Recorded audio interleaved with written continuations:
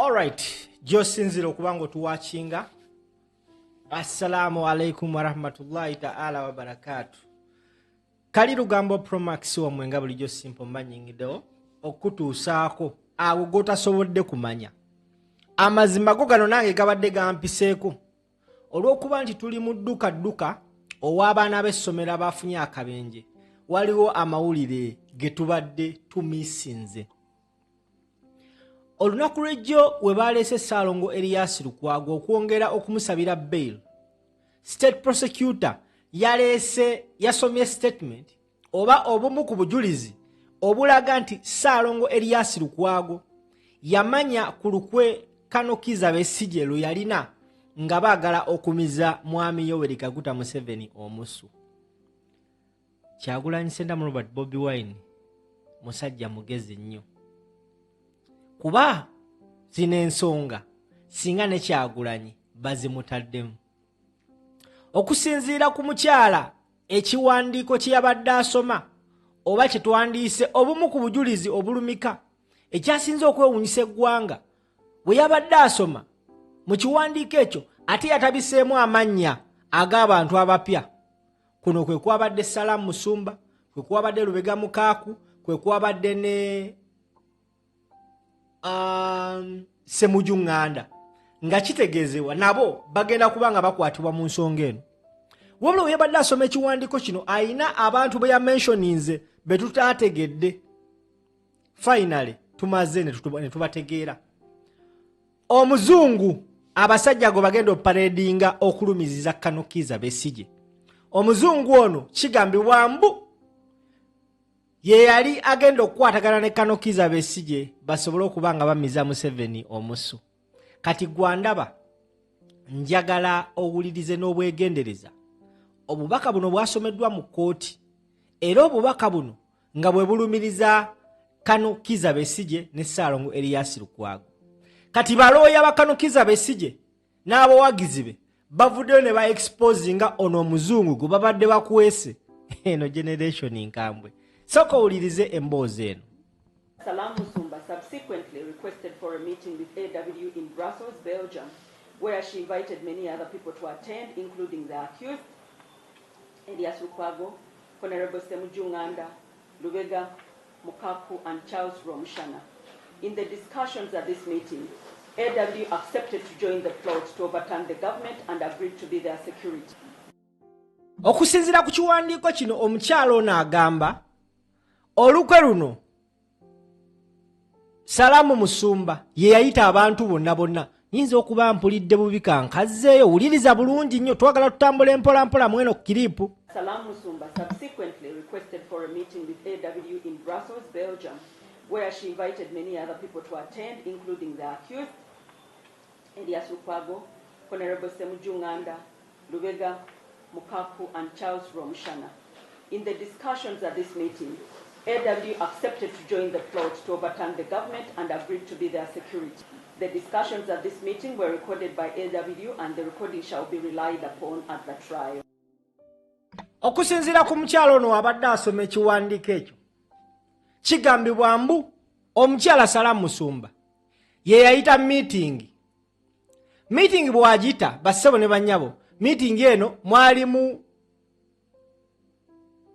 Ssemujju Nganda, mwalimu Lubega Mukaaku, mwalimu ne Charles Romshana. Eno firimu etandise okunyuma. Era omukulu oyo amanyikibwa nga AW baakayogerako linnya lya AW yakkiriza okujoyininga plot era bagamba nti byonna bye baadisikasinga mbu AW yali abirikodinga era obujulizi agenda buleeta mu kkooti. Kati gwe ssebo oba nnyabandaba njagala kati ovuge video ntuuse ku kinyusi kya video entuufu. Obwedda twebuuza who is AW? AW yani oyo gwe boogerako munnange kubanga mweyo statement mwabaddemu amanya nga AW mwabaddemu n'abalala naye nga boogera abbreviations. Kati obwedda twebuuza AW ye gwe boogerako yani abaana bakoze research bassebo ne bannyabo AW abaana bamutuleetedde okusinziira ku research abaana gwe bakoze omukulu amanyikibwa nga AW amanya ye Andrew Wilson. Andrew Wilson yono lawyer wa Kano Kiiza Besigye amanyikibwa nga Aaron Kiiza ate ye akawangamudde bwagenze ku mukutu ogwa X n'alyoka nnyonnyola who AW exactly is buli kimu akireyinze down nange olugafu ne ngamba kali lugambo Promax obeda nange sina byakulya kantandikire wano. Aaron Kiiza ono y'omu ku balooya ba Kano Kiiza Besigye ku mukutu gwa X atunnyonnyodde who AW is agamba Andrew Wilson Orlando n'ateekawo ne bagita batya X account ye Orlando and Wilson, publisher, writer, photographer, private investigator, bodyguard and problem solver. Bwengenze nenkebera ku page yono musajja wallahi billahi tallahi ono mafia awedde emirimu yona agambye bwambu yasaba meeting Kano Kiiza Besigye yegatte ku lukwere yali ateeseteese okumaamula gavumenti ya Mwami Museveni era mu bibina bye bayogera omukulu yabirikodinga era gwe bagenda okuleetanga omujulizi. Aaron Kiiza agamba Andrew Wilson Orlando is a British American whom Uganda's Chieftains of Military Intelligence CMI recruited and paid a state informant. He markets himself openly as a security trainer and expert and has authored books on the very subject on which he now purported to give evidence. In plain terms, he is an agent, provocator, a paid hand who manufactured a case and billed it to Ugandan taxpayer. Andrew Wilson, munansi wa America ne British. Yono abakulumbu gwe bateeseteese kubagambe Uganda's Chieftains of Military Intelligence recruited and paid as a state informant. Ono abakulu naye gwe bino ebintu bibanga bituufu nga wembisomye nga bituufu. Kyagulanyi Ssentamu Robert Bobi Wine musajja mugezi nnyo era mwongedde credit. Ebiseera Bobi Wine obamubbira akalulu akasooka abantu asinga bagamba Bobi Wine lwaki togenda mu nsiko lwaki tonoonya abantu ne bakuyamba okulwanisa Museveni. We bibanga beboogera bituufu nti ono musajja yali agala kwekobana ne Museveni manyanga ne Besigye bajjeko Museveni ate omusajja n'amala n'akyukira Besigye n'awa Museveni obujulizi bassebo ne bannyabo. Bobi Wine musajja mugezi nnyo emirundi gyonna because abantu bagambanga bayogeranga statement plan B akalulu tekajjaako Museveni tulina onnoonya another alternative. Kyagulanyi n'agamba kituufu naye buli tugenda okukola tugenda kikola mu mateeka twewala abantu bano twesibako wekibanga kituufu because I strongly believe there are so many people abatuukirira Bobi Wine nga baagala omuwa plan mbu bajjewo Museveni. Now wano bagamba nti ono musajja yali staged by the state okusuula Kano Kiiza Besigye mu ntata according to what Counsel Aaron Kiiza is saying. Tugenze maaso ne post ya Aaron Kiiza. Agenze maaso n'agamba nti ono mukulu ye marketinga openly nga omutendesi wa maje awandise obutabo bungi nnyo era bagamba nti he is an agent, provocator, paid hand who manufactured a case and billed it to the Ugandan taxpayer. Omukulu ono ye musajja mugezi alabika mufere mafia.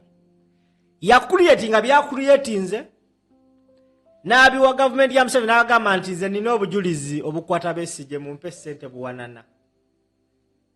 Because ugenda ku mukutu gwe ogwa X yeeyita problem solver ate nga mafia ebyaddala. Agenze maaso n'agamba nti the entire prosecution against Kiiza Besigye, Elias Lukwago, Lutale and their co-accused rests on this one man, on his second-hand electronic evidence, the originals of which he admits he destroyed, and on a police statement in which he confesses. Bagamba omusango gwa Besigye gwonna Elias Lukwago ne Lutale n'abalala guyimiridde ku musajja oyo. Omusajja oyo bujulizi bw'alina bwaka audio, ate ka audio kali manipulated, ate nga ategeeza n'ayogera n'agamba nti original audios yazidestroyinga mu police statement gye yakoze. Kati omusango gwa Besigye gwonna gutambulira ku mwami oyo. Evidence built on destroyed originals and admitted falsehood is not evidence at all. It is fabricated, dressed up as intelligence. Real Ugandans are paying for his trickery. Besigye, Lukwago, Lutale and others stand in the dock. Their liberty, health, cares and families appended on the word of a foreign informant who lies for a living and admits it. The hypocrisy is outstanding. Although Uganda's security services pay him, he privately regards them as corrupt and has said so in writing. He is loyal to nothing but his own invoice. And this is a habit, not an aberration. He has just authored and published an article aimed at destroying the career of a Uganda international civil servant. The same method, a fresh target. The men who hired him, the very military witness sought to keep from public view, has staked an entire treason prosecution on his cooked stories. They wanted to conceal the witness. They cannot conceal the rot at the heart of the evidence. He claims to have served in British Army before becoming American. What is beyond dispute is what he has become in Uganda, a liar for hire and an author of other people's suffering. Aaron Kiiza n'asooka mukuteera waawo. Kati tugende tulabe ku account ye. Omukulu gwe twogerako yeno X account ye yeeyita published writer, photographer, private investigator, bodyguard and a problem solver. Kasitana beka akagamba problem solver ne manyono mafia muyaye. Wotunulia ebintu bya postinga ku mukutu gwo gwa X. Okay, this is Orlando Wilson, and what I want to talk about in this video is scammers in the close protection business. And that is the guy. Wotunulia ebintu bya za postinga ku mukutu gwo gwa X. Bya mundu. Bya ntalo. Ye azula ewali conflict. Najja akozeyo chance. Najiyingiramu. N'abaako bafera. N'amala ye n'abwaka n'abula. Kati yagudde ku basajja ba government. N'asooka abafumba, n'abafera, n'abakakasa nti alina obukakafu n'obujulizi obulaga nti kano Kiiza Besigye yali ayagala kumaamula oba kutta Museveni. Bw'atyo n'abaleka ng'abawunzise. Yoyo gwe baagala okustaginga nga witness. Now, ngenda kuzzaayo ku audio eyakwatiddwa mu kooti nga basoma engeri Besigye gye yakwataganamu n'omusajja ono n'abaani abaliwo ezimu ku audio ze bagamba ezigenda okukozesebwanga obujulizi mu musango guno. Njagala gwandaba owulirize kiriipu eno bulungi nnyo ate tumale tukomewo twongere okuttaanya ensonga eno. Wampita Kali Lugambo Promax Simple MC omukutu oli ku verse range 256 katukomewo after this. Salam Musumba subsequently requested for a meeting with AW in Brussels, Belgium, where she invited many other people to attend, including the accused, Elias Lukwago, Honorable Semujunganda, Lubega Mukaku, and Charles Romshana.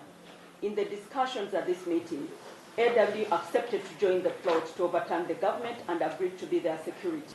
The discussions at this meeting were recorded by AW, and the recording shall be relied upon at the trial. That upon building sufficient trust in AW, Salam Musumba requested JW to introduce AW to KB. This was done, and the two, AW and JW, had an online discussion with KB about the grand plot to overturn the government of Uganda by force of arms. This culminated into the first physical meeting between KB, that is Kiiza Besigye, and AW on the 29th of October 2023 at Geneva, Switzerland. That the first physical meeting was held in Geneva, Switzerland on the 29th of October 2023 and was attended by AW, KB, Frank Chihere Atkunda, and JW. At this meeting, the group discussed the plot to overturn the government of Uganda by force of arms. KB requested for military assistance from AW to destabilize Uganda. KB also requested AW to train some of his allies in covert intelligence and paramilitary tactics, which request AW accepted. KB further requested for counterfeit Ugandan shillings with intention to seek into the economy of Uganda through his collaborators, who he stated to be officials in Bank of Uganda, as a means of raising finance for KB's objectives and also destabilize the economy. In the same meeting, KB, JW, and Frank requested for ricin poison, to poison targeted government officials. That further in the same meeting, KB provided AW with a list of government security installations and military facilities like the 2nd Division, Makenke Barracks, Bugembe Barracks, Bihango Military School, Kachoma Mountain Brigade, Kabarole, Gaddafi Military Barracks in Jinja, Magamaga Military Barracks in Mayuge District, Marine Division, Lozera, Air Force Academy, Nakasongola, Engineering College, Lugazi Senior Staff College, Chimaka, Singo, Kariguta Training School, Ntoroko Military Intelligence and Security School in Nakasongola District, Machinde Military Barracks, Police School Webaje, and Oliver Tambo, Kweweta, among others, as targets for attacks. That after agreeing to conduct a training in Kisumu, Kenya, Frank Chiherere Atkunda traveled to Uganda with KB to organize their intended group of people for training. The proceedings of the above meeting were recorded using a covert camera by AW, and the same will be relied upon during the trial. That KW and AW created a strong communication, that is, or relationship through social media, including WhatsApp. KB provided AW with his Swiss contact line number, that is +4177 8138 990, through which he frequently communicated with AW on mobile line number +19 54 39 40 141 WhatsApp. During the period from their first meeting on 29th October 2023 up to 16th of November 2024, KB and AW had numerous conversations and exchanged numerous social media messages, wherein KB discussed with AW. Are you okay? Can we proceed? Yes. Wherein KB discussed with AW details of his intentions and the plot to overturn the government of Uganda by force of arms. A forensic extract of the record of their conversation shall be relied upon during the trial. That KB attended another meeting on the 24th of January 2024 in Geneva, Switzerland, which was also attended by AW and JW. At this meeting, KB assured AW that he was committed to facilitate the training of his people to overturn the government of Uganda by force of arms.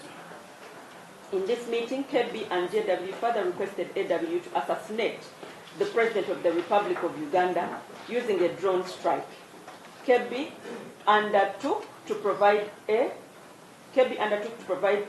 with the President's movement routine and vulnerable points to facilitate his assassination. In exchange for AW's assistance, KB and JW undertook to grant the Kurdish government company access to Uganda banking sector to launder money, permit the use of Uganda's airfields for trafficking illicit goods, including drugs, use Uganda as a safe haven for Kurdish fugitives, and generally permit the use of Uganda for illicit activities once the plot to overturn the government was successful. That by virtue of his leadership position in PFF, the accused was aware of all the meetings between KB, Frank Chihere at Kunda, JW and AW in Geneva, Switzerland, and the plot to overturn the government of the Republic of Uganda by force of arms, but deliberately did not report to any authority. That on the 14th day of June 2024, KB attended a meeting with AW and JW in Geneva, Switzerland.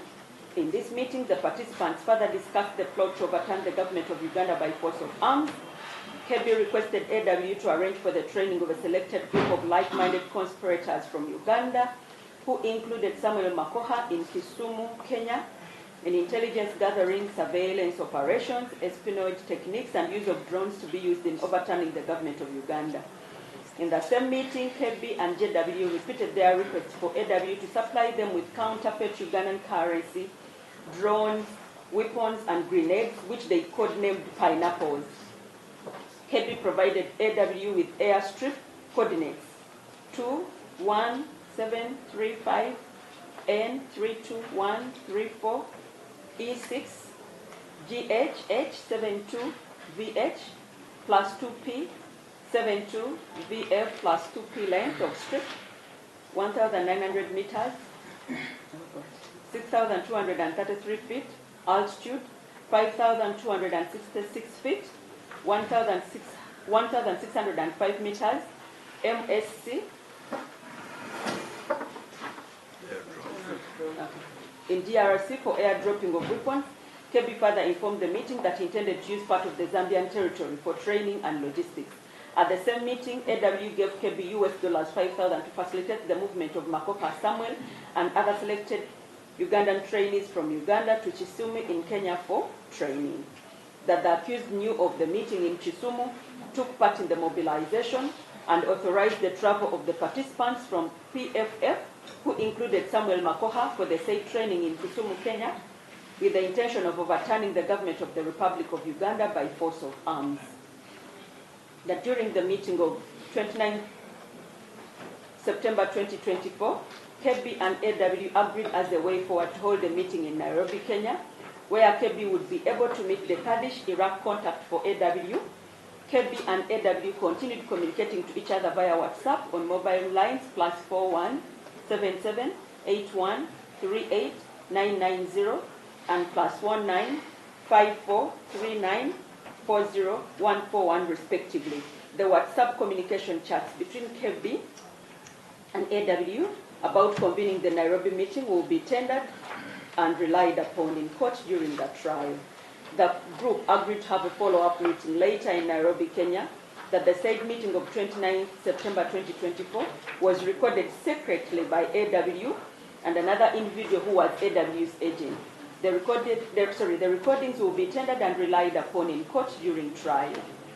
That on the 16th day of November 2024, KB Hajobed Lutale, together with AW and his Kurdish contact, attended a meeting at 108 Riverside apartment in Nairobi, Kenya, to further discuss the plot to overturn the government of Uganda by force of arms. The Nairobi meeting was attended by KB Hajobed Lutale, AW and his Kurdish contact, who was posing as a representative of the Kurdish government company. At this meeting, KB introduced Hajobed Lutale as his personal assistant and a person who was part of the plot to overturn the government of Uganda. At this meeting, KB repeated his request to be supplied with surface-to-air missiles and other weapons to attack helicopters and aircraft as one of the ways to overturn the government of Uganda. Kebi and Hajobed Lutale also briefed the meeting about their plot to instigate civil disobedience strikes in Uganda, starting with assassination of the President of the Republic of Uganda in March 2025 in order to achieve their objectives. That being the leader of PFF, the accused was aware that Kebi and Hajobed Lutale, who are also members of PF. Okay. Eyo babadde basoma statement y'omukulu AW. Mu statement eyo mubaddemu abbreviations okubadde Kebi ne AW. Kebi ye Kiiza Besigye. At first AW yabadde atubuze mpaka bannayuganda abagezi bamaze ne bamuzuula era ne batutegeeza nti AW ye mukulu oyo Andrew era ye yakola statement eyo gye basomye.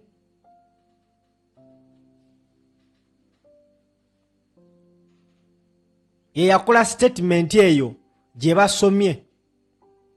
Bassebo ne bannyabo. Sigenda kuba ate nga neeyongerayo kusukka waneeno. Mbadde njagala just mumanye kwago nti abasajja beekubye gye ge